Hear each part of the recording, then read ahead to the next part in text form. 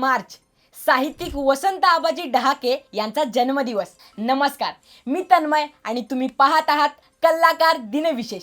कादंबरीकार, कवी आणि समीक्षक असलेले वसंत आबाजी डहाके हे सर्व महाराष्ट्राला साहित्यिक म्हणून परिचयाचे असले तरी एक वेगळा छंद त्यांनी आयुष्यभर जपला आणि तो म्हणजे चित्रकलेचा। वसंत आबाजी डहाके यांचा जन्म विदर्भातला 30 मार्च 1942 रोजी त्यांचा जन्म झाला।